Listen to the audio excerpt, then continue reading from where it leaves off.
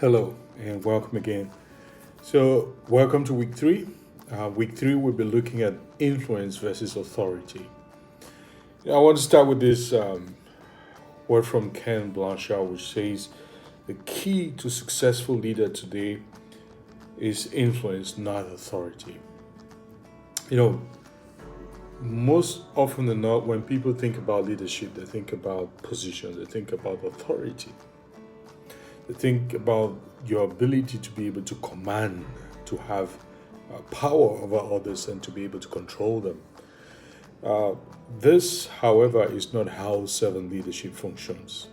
And I want to take just 1 second of your time to read what Jesus told his disciples in a particular case where his disciples were talking about position. So there was a fight for, who is going to be who is going to occupy the right or your left hand side, which basically represents power and authority. And this is what Jesus tells them.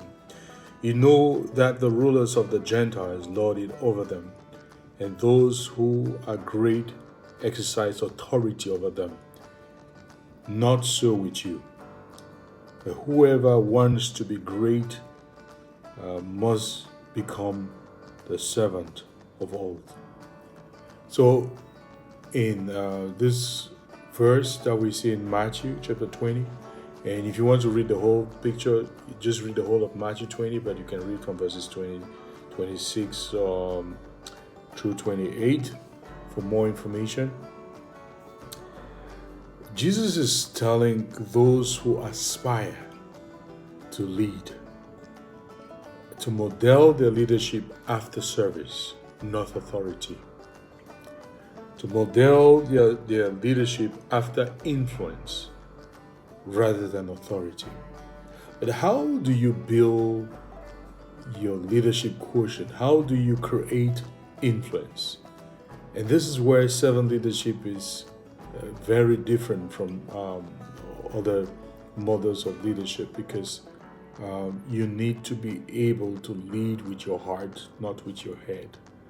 And leading with your heart requires that you build what we call emotional intelligence. This might be the first time you're hearing this word, but during this week, you will uniquely have the opportunity to develop, to examine and develop your capacity to lead others through influence.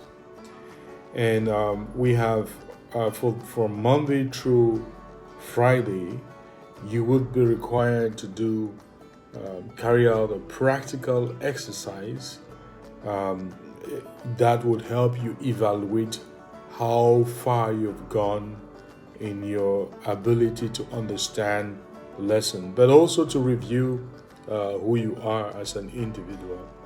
So on Monday, you'll be required to do self-awareness. Basically, you're looking at who you are, the kind of things that make you tick. And on Tuesday, you'll be looking at self-regulation.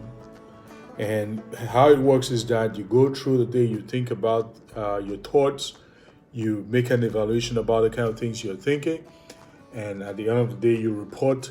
And you might be required at some point to stop and pray just as the thoughts come into your mind. On Wednesday, you'll be looking at motivation, right? What are some of the things that you can do to help motivate you intrinsically? And on Thursday, you'll be looking at empathy, being able to put yourself in some other person's shoe. Empathy is very important for being able to develop great emotional intelligence. And on Friday, you'll be looking at ways of developing your social skills. Again, what happens is that you need to read about the exercise the day before, so that on the day itself, you can now go through the processes of practicing what you've learned.